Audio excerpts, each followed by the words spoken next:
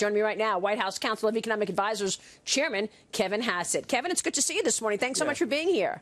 Yeah, it's great to be here, Maria. It's kind of like Davos here in Washington, as cold as it is. We're both in scarves today, so yeah. I could see that. I could see that. So, Kevin, what is Plan B here? I mean, you and your colleagues had a real stimulus, federal stimulus for the economy at the beginning of last year with the tax cut plan, and that certainly did stimulate a lot of growth. But now we're talking about growth numbers coming down. You've heard the conversation that we've been having. Even the Federal Reserve had to pivot.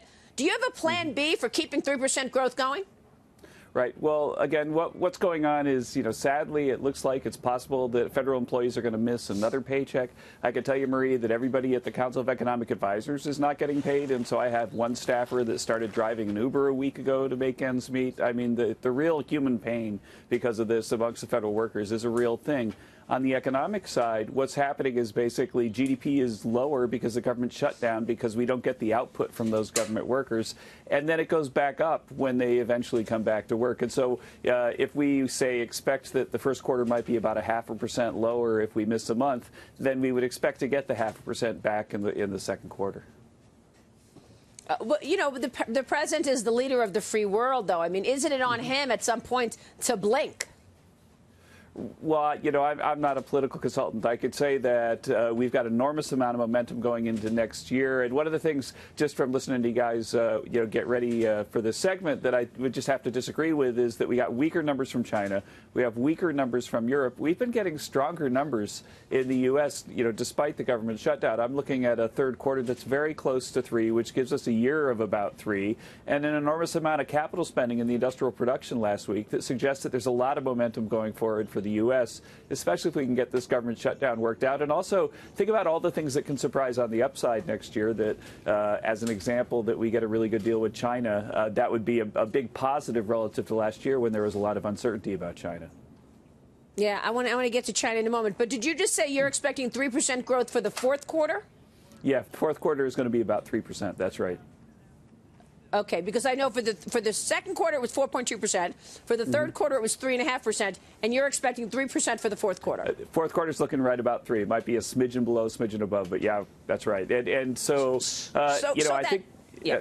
So you're going to have a whole year of 3% growth, and really, if you started the second quarter, give the first quarter to President Obama, then we've had 3% growth since President Trump is in there, and that's because sentiment has been so high. Now, one of the things I think that was noteworthy that we saw last week was that consumer sentiment did take a dive because of the government shutdown last week, and so I think we're very cognizant at CEA that as this thing drags on, that there are downside risks to the economy, but I think that the upside risk of resolution of China is something that we need to factor in as well.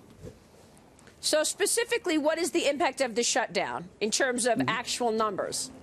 Right. So specifically what it is it's a little bit more than a tenth every week or so. And so if we're out for 4 weeks, then really I think it's because of rounding, it's really about 0.5% off of the GDP number in the first quarter. But then in the quarter after, government goes back up. Think about it. If government were always 10, then in the first quarter it might go down to 9. And then in the second quarter it would go back to 10 if we reopened. And then you'd get a -1 and a +1. And so on the growth, then that's one of the things that we'll see. But don't forget, you lose the 1. So in the quarter where you don't get the output from government spending, then that output itself is gone. And so that's the sense in which you're seeing a lot of news stories this morning talk about, for example, that it probably already has cost us more than the amount of money the president's talking for the wall. And so, Nancy Pelosi and Chuck Schumer feel like, they're burning dollar bills. They're burning up money, and they've already burned up more GDP than the cost of the wall that the president's talking about. And so that's how serious they are about handing him a defeat, that they'd rather burn money than secure the border. Well, it was $5.7 billion.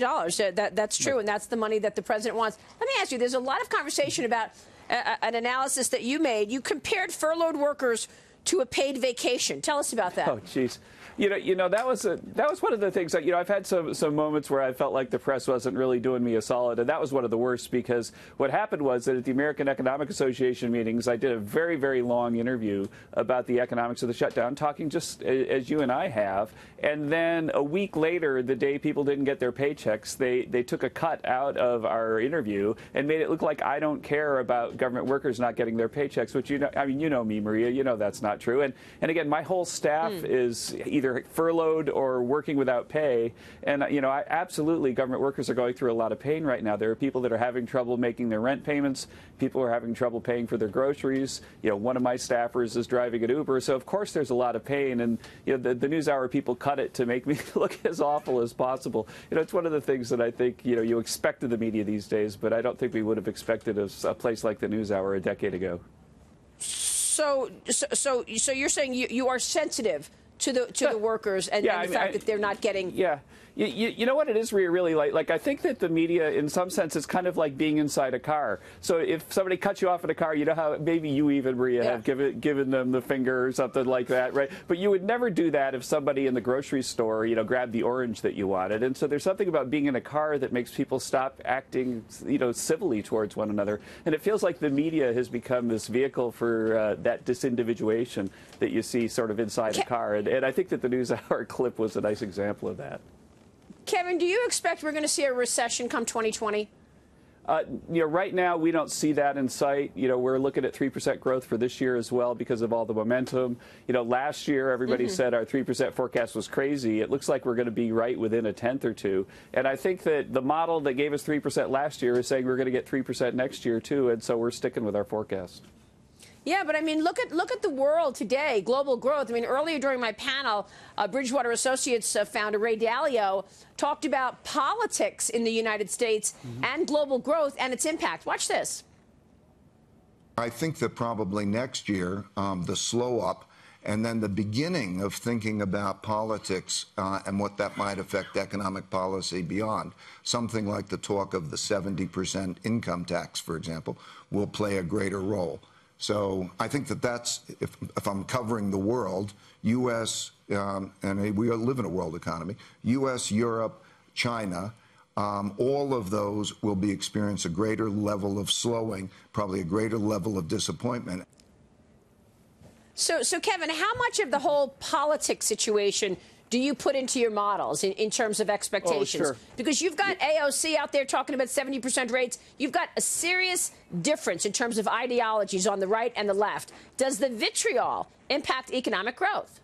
Yes, in some sense it can, because imagine, like, let's not pick names, but suppose that there was some politician that said, hey, let's take 50% of the equities out there and hand them to workers because that'll make the world more just. Well, then if that person has a 50% chance of winning, then markets should drop about 25% right away. And then when the markets drop, that can have an economic effect. And so I think one of the things that I think all economists, and you see Ray talking about this, are worried about as we move towards the next election cycle is that if people decide that somebody with a really wacky out there left-wing idea might legitimately be the Democratic nominee, then that could be very bad news for markets, and that could filter through to the economy. I think that our responsibility at the White House is to present a positive vision so that if there's positive news about President Trump's probability of being elected, then that's positive news for markets because people see the economic policies even being bigger and better than the ones that we've already adopted if he's elected. Kevin, real quick, we only have a couple of seconds here left, but what's the next catalyst? Is the president meeting with Nancy Pelosi